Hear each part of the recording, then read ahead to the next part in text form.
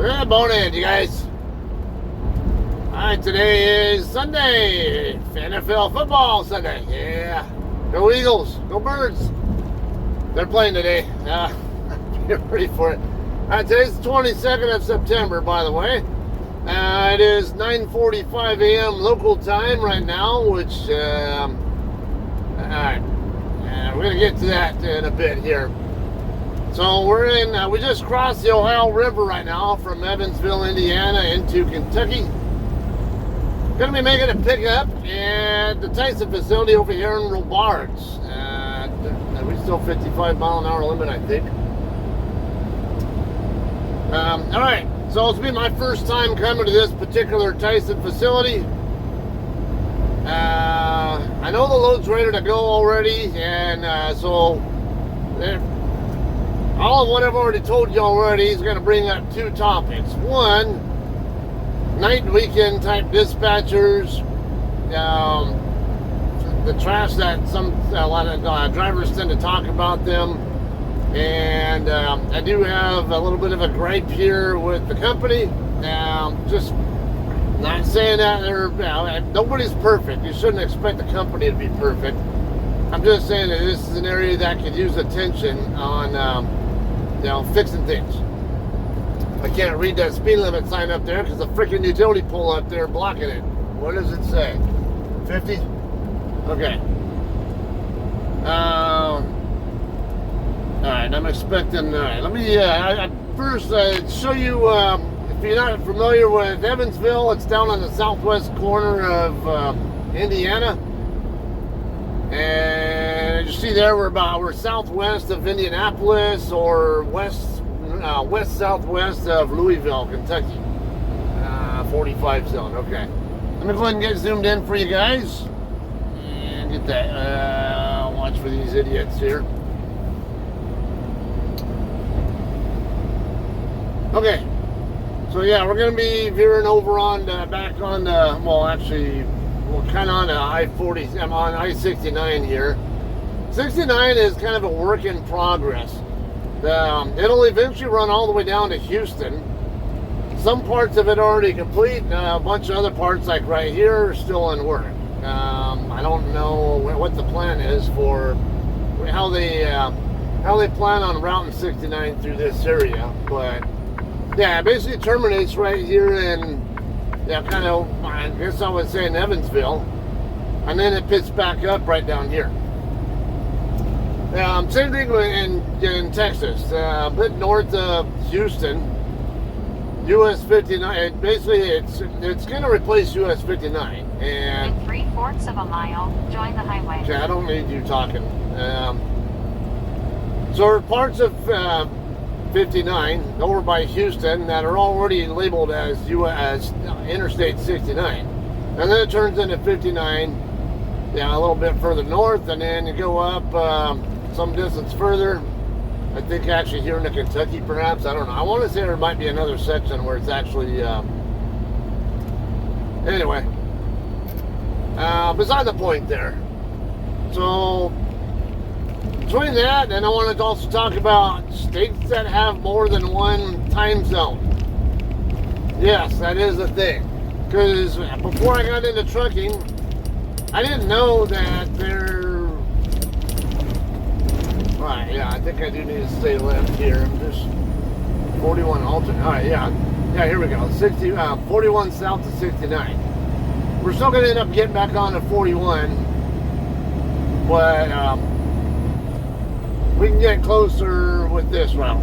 Anyway, all right, so we're 15 miles out at the moment, and it looks like I might have different routes being suggested to me by both.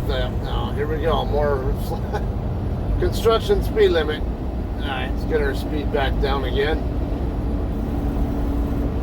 All right, getting back to that though. All right, let's start with first the gripe that involves this load. Okay, I did, before I did this load, I delivered in Louisville, Kentucky. I did vlog that one. Hope you guys saw that one. After I did that, I went right back over to the Loves in Leavenworth, Indiana, where I stayed the night the previous night as well. 100 miles out from the shipper. Now, drop dead time for this pickup isn't until 2:30 or something. It's a little bit, sometime after 2 o'clock this afternoon. As you see here, it's not even 10 o'clock yet. So I'm 4 hours in advance of my drop dead time. Now it's the load's going to be going to Clarksville, Arkansas. Normally I don't say where it's going until the end of the video, but I'm going to go ahead and say that now. Now, the route to Clarksville is a 480 some odd mile route. Now, I was anticipating less than that, to be honest with you, because my load info suggested I was only going to get paid 300 and like high 300 number of paid loaded miles. So I'm like, okay, it can't be. It's probably only maybe 400-ish miles. But in reality, it's like 480, 490. So anyway, I'm waiting, and I don't want to end up rolling and find out I'm just going to be sitting down here at a shipper with no services for God knows how long, like a day or whatever it's going to be. So I just went ahead and bedded down. Yeah, and I could have went ahead and come straight to the shipper, but why do that if I'm going to possibly wait? I don't know. You know, I thought about even doing it just to at least get my empty drop so they can have it available for themselves to use, because I have had that issue before where the shipper needs empties, and the sooner you get it there, the sooner they have it to use. Anyway, so this morning I get a call from my weekend dispatcher. Now, I'm not going to sit here and talk trash about her. My weekend DM, her name is Krista. She does a fantastic job with me. I work, as far as I'm concerned, I work very well with her. I like working with her, and you know, so I got no complaints there. However, I have mentioned already in the past, I think, about how Hirschbach in general has a tendency to keep asking me about, like, are you good for OTD? Like, when I did that one that delivery in Vernon, California just a few weeks ago, and I vlogged it, and I even showed in the vlog that I'm getting what's that one? Okay, I left it was 85 miles from my house to Vernon, and it's less than a 2-hour drive, you know, with no traffic. And I got to my truck, started pre-tripping about 6:15 that morning, and found out I had a message got sent to me about half an hour before I even got to the truck, asking me, hey, if I'm good for OTD and when am I going to get rolling and all that. I'm like, seriously? We're over 3 hours away from my pickup time, my delivery time, at a place that's not even open until 9 o'clock. So I can't check in, or I can't get there an hour early and check in right away. There's nobody there to check me in. And I'm only 85 miles away, and it's on a weekend. I think it was a Sunday even, when, yeah, I know Southern Cal. 85 mile on a Sunday morning, traffic is light for California standard. Very easy to get around on Sunday mornings. And there's still on my case about, you on time? You think? Like, just what speed do you think I'm running? I mean, I could run 30, 35 mile an hour pace and still get there just on time. Why are you guys bugging me about this? So there's something in the system, like they're projecting me at a slower speed or something, or their system is set up where if I'm not there like freaking 2 hours early, then I'm late. There's some crap, and most customers that we do won't even let you show up until an hour before anyway. So, like, dude, back off. So this morning, I get a call from Krista. Actually, right when I'm busy, you're trying to get my stuff in my pockets and all that, and start putting my toothbrush and stuff in my pocket, and I'm getting ready to run inside to take care of all my personal hygiene and whatever other kind of stuff before I start my pre-trip. And right then is when she's calling me up, and she was letting me know, hey, they're actually talking about looking for a swap for you already because you're not rolling yet. I'm like, seriously? I was like, it's barely 8 o'clock, something like that in the morning. That was Eastern time. Here at the shipper, it's Central time. And where my customer, my receiver is also Central time. So it's really 7 a.m. at both here and in Clarksville. Only a 105-mile trip. That takes me less than 2 hours to cover. So, and then even with the loaded miles added in, that's barely 600 miles. I mean, maybe even just a little bit less than that. And, I run 660 even from my house in California to New Mexico on a regular basis. And you think I can't run 600 miles in a ship? And when I'm not trying to put in this whole JCT versus Hirschbach thing, but it's going to come out that way, okay? JCT, their standard basically that they wanted to see ideally was 600 miles per shift on those kind of routes. So it's very reasonable that a 70-mile-an-hour truck should be able to do that. Like I said, I usually plan on running about 660 miles, give or take a little bit. And I'm actually capable of over 700 on good days. So 600, just under 600 miles is not even going to faze me. That's barely on a typical day. On a good day, I can run 530 or so before I even have to stop for a 30-minute break. You're only talking about another hour-ish past that, and I still have almost 2 hours left on my clock to work with beyond that. That's easy. So we're worrying about that, and you guys, it's one of these, it gives people a reason to complain about why Hirschbach is not a family-oriented company, and drivers like family-oriented. The fact that planners know me at JCT, they know what I'm capable of. They know how I run already, and so are the DMs, and they always trusted me. Hey, I might show up as a yellow flag on their thing, but they know that it's me. And they know that I'm the first to start saying something if I'm concerned about anything. Like, hey, I don't think I can get this load on time, or I'm really iffy. I might be able to get it there, but I'll tell them, keep an eye on me, because there is a possibility I could have a problem if there are any traffic delays or something like that. I communicate that. But in this case here, it's 7 or so in the morning Central Time, 8-ish, or 8:30ish. And we're already sweating whether I can get the load picked up on time or delivered on time, and it's not due. And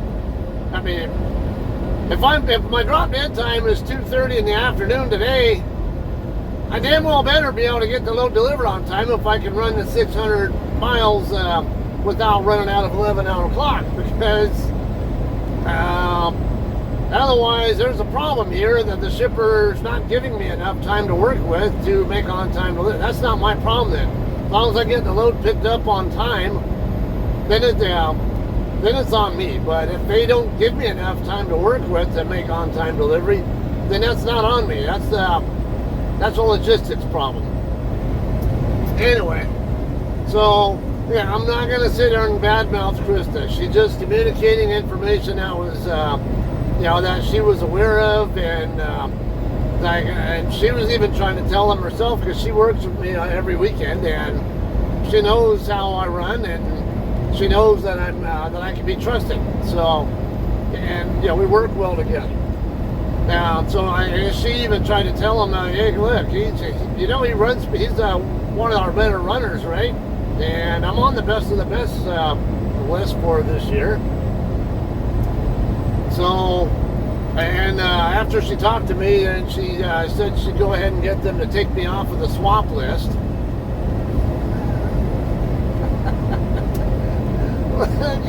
It's barely even saying what kind of.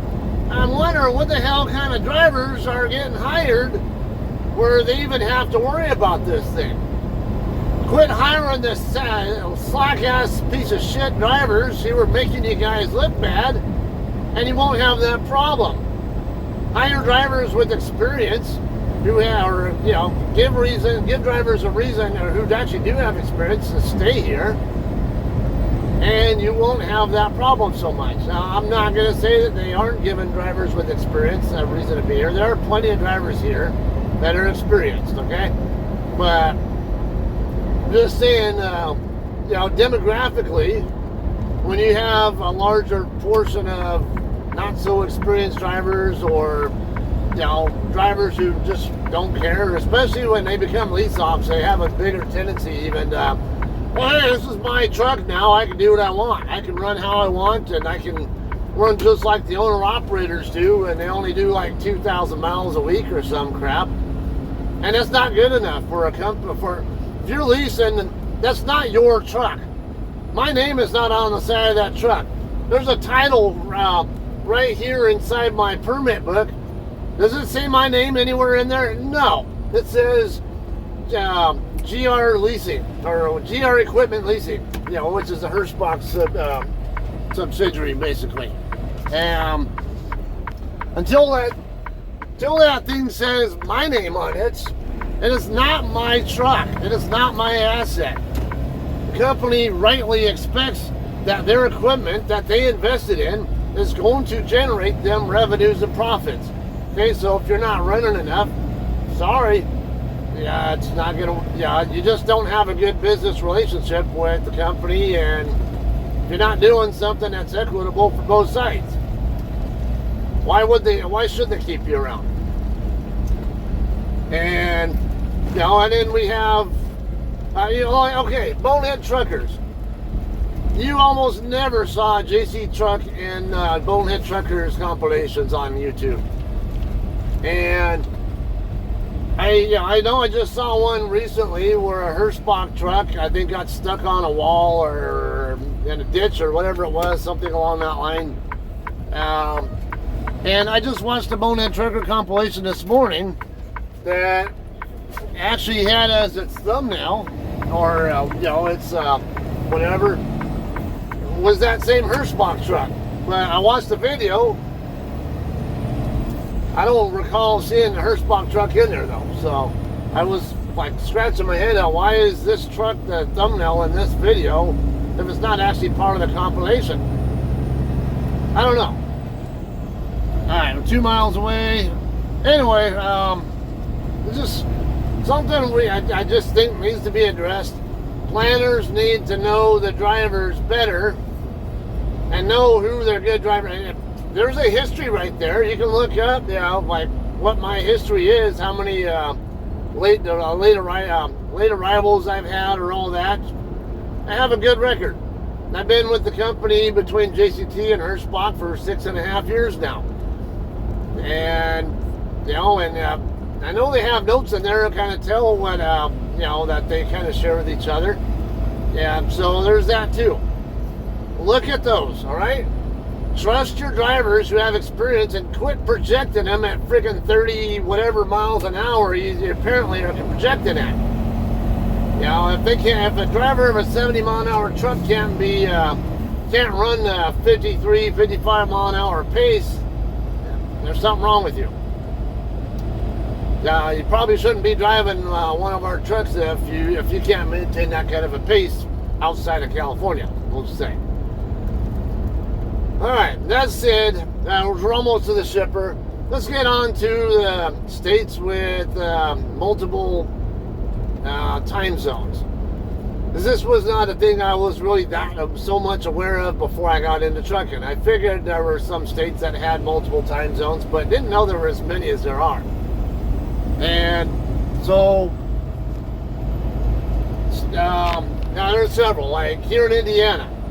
Indiana in general is all, well, I'm in Kentucky now, but Indiana is all Eastern time zone, except the northwest corner and the southwest corner.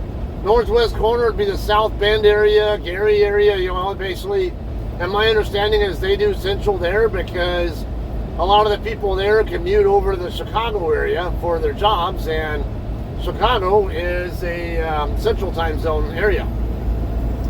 And then down here by Evansville is the southwest corner. I'm not really sure what their logic is. It probably has something to do with Kentucky. Yeah, I don't even remember. I'm not in Kentucky enough to know if Kentucky is all central time zone or if it's, those aren't bald eagles, are they? No, eagles are ravens, but it's hard to tell. Yeah, I think they're ravens. Alright, this looks like Tyson's truck entrance right here. Another one. Florida.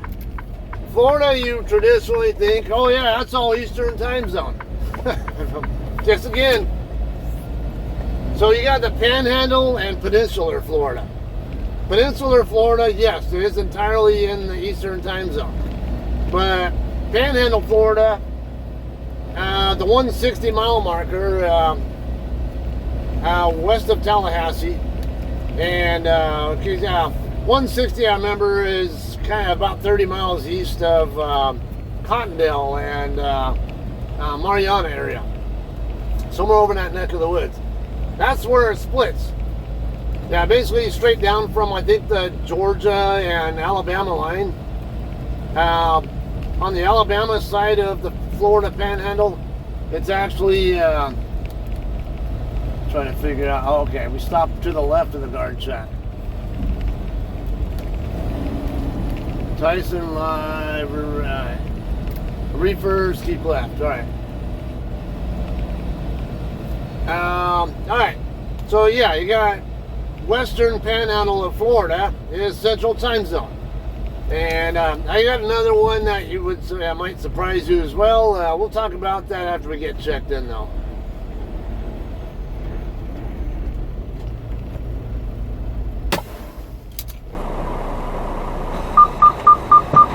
Alright guys, we're done checking in here. We'll go ahead and slide Tandems back.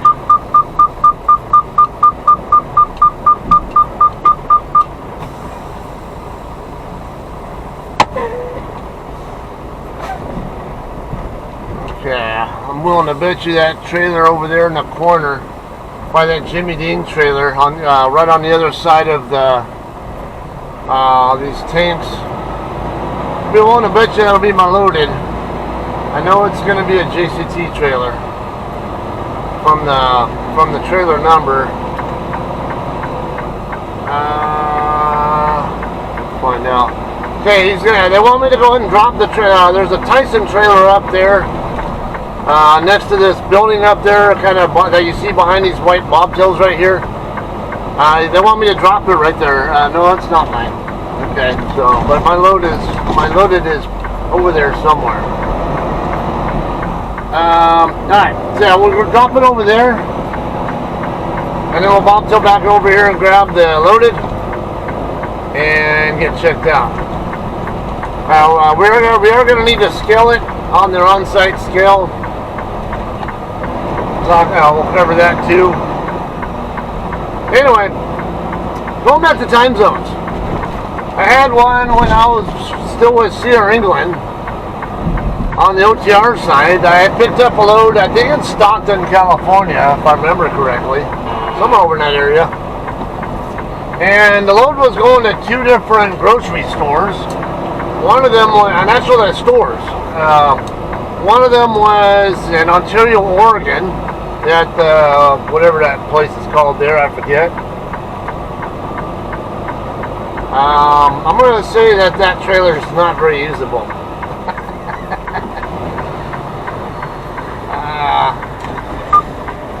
Anyway, so, and then the other one was in Idaho. Yeah, the other stop was over by Idaho Falls. I forget the name of the town, Rigby or whatever. I always forget because I know Rigby's a town. I just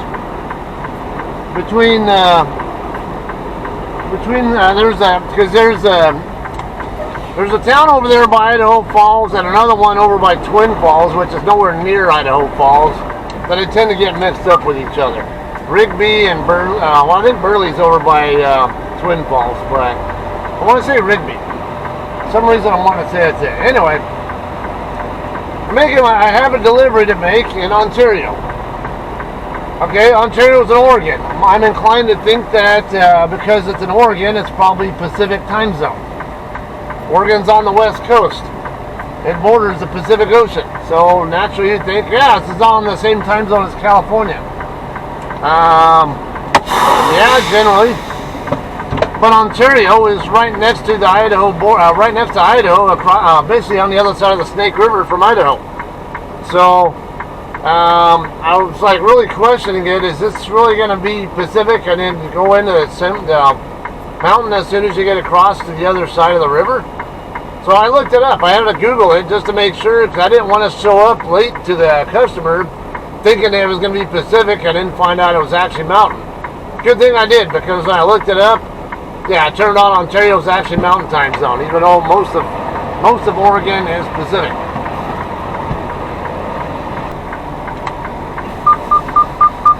Alright guys, go ahead and get disconnected here. Alright, now I noticed when I was dropping this trailer though, that the surface that it's on, it kind of bows upward like that a little bit. So, because when I was extending the landing gear, it kind of looked like I was having to extend the gear a little more than typical before the sand shoes got near the ground. So what that's going to mean is when we get over here and hook to our loaded, there's a better chance that it's going to be sitting too high. If it got dropped the same way that one just did. Find out there, but this is one of those where if that is the case, I know drivers are going to come over here and bitch about how drivers are extending the landing gear too far and not have a clue that that's why that's happening. You know, sometimes they even blame it on the shag drivers, you know, so they can drain the blood out of the trailer or whatever after it's loaded. I mean, I can't say it doesn't happen at shippers, but kind of like at JBS in Cactus, Texas. I know the landing gear, I know the kingpins always sit too high. Is that it over there? I think right in front of me. Yeah. I'm going to have to figure out what's the story with this DLR guy, if he's doing a break there or whatever, because it looked like his curtain might be closed. Because I'm going to be in his way if he needs to move while I'm still pre-tripping my trailer. Yeah, he's got shades and all that shit up, so apparently he's a Trump fan too. Not that I care, but I'm just stating the obvious. His windshield cover makes it pretty damn obvious.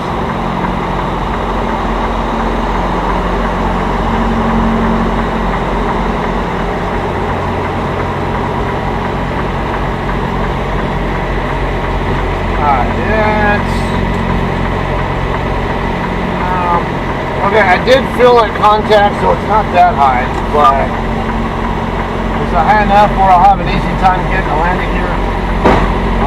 Yeah. So I'm going to go ahead and raise the airbags too, so that way it helps bring the landing gear up off the ground. Easier for me to crank the gear if it's not already off the ground. Okay, so I'm going to get pre-tripped here and we'll scale it and get out of here.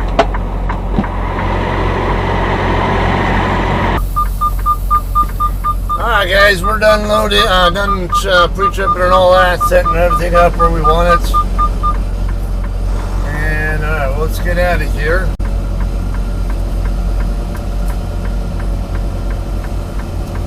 Make sure my tail swing's not going to hit that guy over there. Alright, yeah, we're good.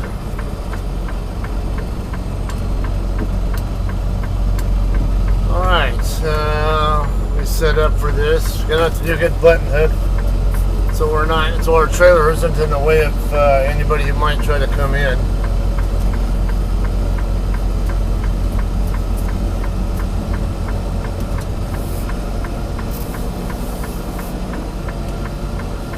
perfect front row on it.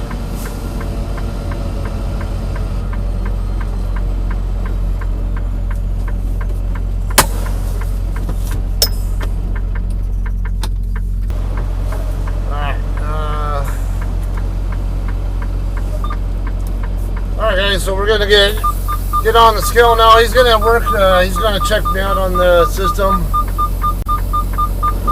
Now we got the scale house here. We're gonna come up over here, get turned around and get on the scale. They'll do axle by axle. I don't really anticipate having any real problems, so it's a 37,000 pound load if I remember seeing correctly on the BOL. So that being the case, should be okay, especially because we're not going to California. Alright, yeah, looks like we're pretty good there. I'm watching that expansion joint there. That'll give me a good idea if I'm lining up right. Yeah, we're good.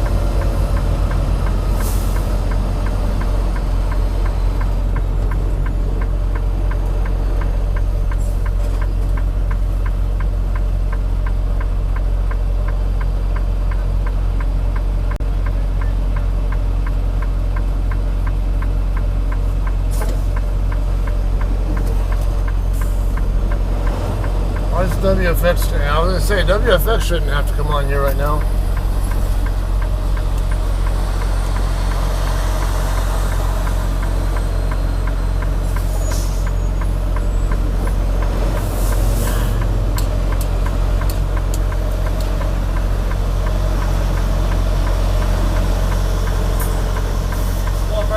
Alright.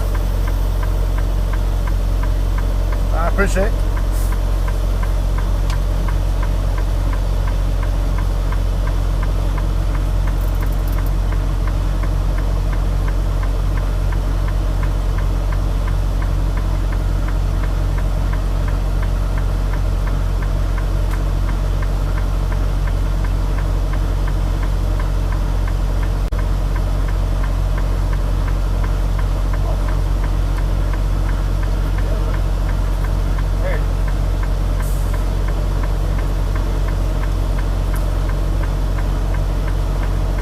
Thanks.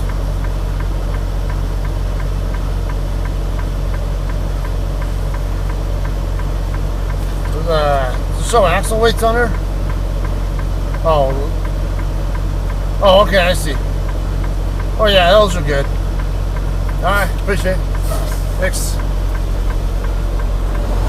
Okay, so yeah, it doesn't really show the axle weights per se. It shows the total weight at each position, or at each stop. So yeah, but I was 42,000 and change with the total tractor weight, and 11 something on the steers, so that puts me at 31,000 or so.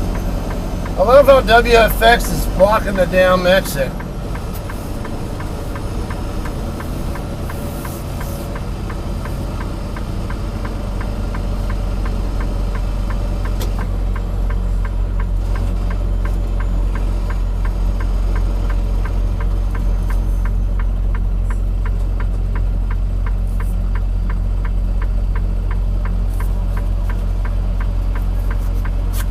Have to. Why would you do that, dude? You just fucking watched me come out. I saw him coming onto the property, and he saw me coming out to get on the scale. You know I'm getting ready to leave. Freaking knucklehead. Alright, that'll work. Okay. And then he parks in a way that I can't even get by. Alright, I need to send my departure loaded and all that kind of stuff, so I'm going to go ahead and take care of that here real quick. And alright, we'll get out of here. I'm going to go ahead and call this a day, so because we're already done with what we need to do. I've already told you where we're going. I think I've talked mostly about what needs to be talked about, so I'm out of here. I won't be vlogging the Clarksville delivery, but my next pickup after that will be at Tyson in Rogers, Arkansas. pretty good chance I'll be vlogging that one. Okay, so I will probably see you guys in Rogers. All right, thanks for watching. All right, we'll see you guys then.